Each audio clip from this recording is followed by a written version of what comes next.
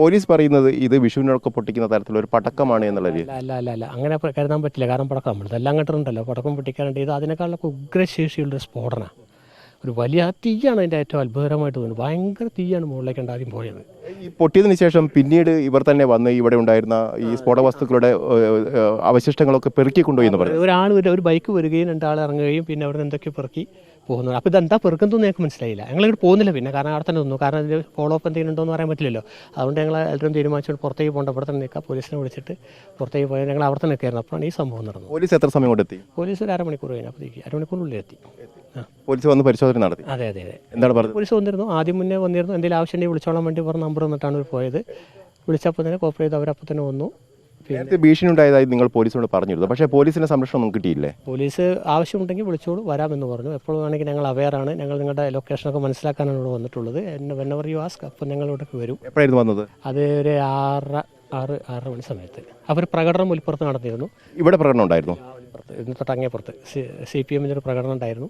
അപ്പോൾ അവർ പറഞ്ഞ പ്രകടനം കൂടി അറിഞ്ഞതിന് ശേഷമാണ് ഞങ്ങൾ ഇങ്ങോട്ട് വന്നത്. വന്നിട്ടാണ് ആ പ്രകടനത്തിൽ എന്തെങ്കിലും പ്രകോപനം ഉണ്ടായിരുന്നു? ഞാൻ കേട്ടില്ല. പ്രകടനത്തിൽ മുദ്രാവാക്യങ്ങളൊന്നും ഞാൻ കേട്ടില്ല. ഞാനങ്ങനെ പ്രകടനം കണ്ടിട്ടില്ല.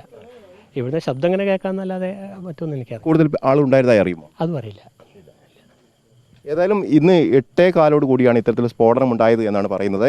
ഈ വീടിന് സമീപത്തെ ഈ റോഡിലൂടെ വന്നിരുന്ന 2 വാഹനങ്ങളിലെത്തിയ ആളുകൾ, അതായത് ബൈക്കിലെത്തിയ 2 അംഗ സംഘമാണ് ഈ സ്ഫോടനം നടത്തിയിരിക്കുന്നത്. ഈ വീടിൻ്റെ ഈ മുകളിൽ വെച്ച് പൊട്ടിക്കുകയായിരുന്നു. വലിയ തരത്തിൽ തീ ഉയർന്നു വരികയും അതോടൊപ്പം തന്നെ വലിയ ശബ്ദത്തോടു കൂടി പൊട്ടുകയും ചെയ്തു. അതോടൊപ്പം ഇവർ പറയുന്നത് വിഷുവിന് പൊട്ടിക്കുന്ന അത്തരത്തിലുള്ള പടക്കമല്ല, അത്തരത്തിലുള്ള ശബ്ദങ്ങളൊക്കെ നമ്മൾ കേട്ടിട്ടുണ്ട്. പക്ഷേ ഇത് അതിൽ കൂടിയ നിലയിലുള്ള ശബ്ദവും അതോടൊപ്പം തന്നെ സ്ഫോടനം ഉണ്ടായിരുന്നു എന്നുള്ളതാണ് പറയുന്നത്. അതോടൊപ്പം RMP നേതാവ് പ്രകാശ് അല്ലേ, എപ്പോഴാണ് നിങ്ങൾ ഈ വിവരം അറിയുന്നത്? 8:30 സംഭവം ഉണ്ടായതായിട്ട് അറിയുന്നത്. ഞാൻ സ്ഥലത്തുണ്ടായിരുന്നില്ല, അതിന് ശേഷം എത്തിയതാണ്. എന്താണ് നിങ്ങൾ സംശയിക്കുന്നത്? ഇതിൽ സംശയത്തിന് കാരണമില്ലല്ലോ. TP ചന്ദ്രസേന കൊലപ്പെടുത്തി ഞങ്ങളല്ല എന്ന് പറഞ്ഞ പാർട്ടിക്കാർ. KS ഹരിഹരൻ്റെ വീട്ടിന് നേരെ ഇപ്പം ബോംബെറിയാൻ CPM അല്ലാതെ മറ്റാരാണുള്ളത്? ഇതിൻ്റെ രാഷ്ട്രീയ ഗുണം നിങ്ങൾക്കാണ്, അതുകൊണ്ട് ഈ സമയത്ത് ഞങ്ങൾ അങ്ങനെ ചെയ്യില്ല എന്നാണ് DYFI നേതാക്കൾ. അത് അന്നും പറഞ്ഞാണ്. TP ചന്ദ്രസേന കൊലപ്പെടുത്തിയതിൻ്റെ ഗുണഭോക്താക്കൾ ആരാണ് എന്നാണ് CPMകാർ ചോദിച്ചത്. അതിൻ്റെ ഗുണഭോക്താക്കൾ ആരാണ് എന്നാണ് ചോദിച്ചത്. അതേ ചോദ്യം ഒരേ ചോദ്യം തന്നെ എല്ലാ കാലത്തും ആവർത്തിക്കുന്നതിൽ അതിൻ്റെ ഒരു ആവർത്തന വിരസതെങ്കിലും അവർക്കുണ്ടാവില്ലേ? നേരത്തെ ഹരിഹരന് ഒരു ഭീഷണി എന്തോ ഉണ്ടായിരുന്നോ?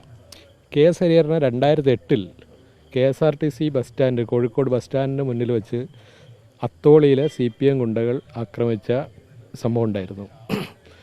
പല തവണ ഇങ്ങനെ പല RMPയുമായി ബന്ധപ്പെട്ട നിരവധി ആളുകളെ ഒഞ്ചിയത്തും വടകരയും മാത്രമല്ല കേരളത്തിൻ്റെ പല ഭാഗങ്ങളിലും ഇങ്ങനെ ആക്രമിക്കപ്പെട്ടിട്ടുണ്ട്. എൻ്റെ വീട് 2 വട്ടം CPM ഗുണ്ടകൾ അടിച്ചു തകർത്തിട്ടുണ്ട്. ഇത്ര അനുഭവങ്ങൾ എത്രയോ ആളുകൾക്ക് ഇതിനു മുമ്പുണ്ടായിട്ടുണ്ട്. നിങ്ങൾ വീണ്ടും പറയുന്നത് P. മോഹനാണ് ഇതിൻ്റെ പിന്നിലെന്നുള്ള അത്തരത്തിലൊരു ആരോപണങ്ങൾ നിങ്ങളുടെ ഭാഗത്ത് വരുന്നത്. കാരണം ഇന്ന് ഉച്ചയ്ക്ക് ശേഷം നടത്തിയ അദ്ദേഹത്തിൻ്റെ പരാമർശം വെച്ചുകൊണ്ടാണ് പറയുന്നത്.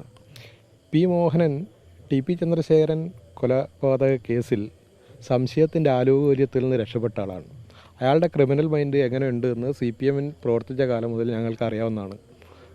അയാൾക്കല്ലാതെ ഇത്തരമൊരു കാര്യം പ്ലാൻ ചെയ്ത് നടപ്പാക്കാൻ കഴിയില്ല. അയാളുടെ മകൻ്റെ പേരിൽ ഒരു സംശയം ആ കഴിഞ്ഞ പ്രസംഗത്തിൽ ഹരിഹരൻ ഉന്നയിച്ചിട്ടുണ്ട്. തീർച്ചയായും ഇതിൻ്റെ പിറകിൽ P. മോഹനടക്കമുള്ള CPMൻ്റെ നേതൃത്വമാണുള്ളത്. CPMന് പങ്കുണ്ട് എന്നുള്ള ആരോപണം തന്നെയാണ് നിങ്ങൾ ഉന്നയിക്കുന്നത്? ഒരു സംശയമില്ല, അക്കാര്യത്തിലൊന്നും ഞങ്ങൾക്ക് സംശയമില്ല. ഇത് കേരളത്തിൽ സാമാന്യ ബുദ്ധിയുള്ള ആളുകൾക്ക് ആർക്കെങ്കിലും സംശയം ഉണ്ടാകുമോ ഇക്കാര്യത്തിൽ?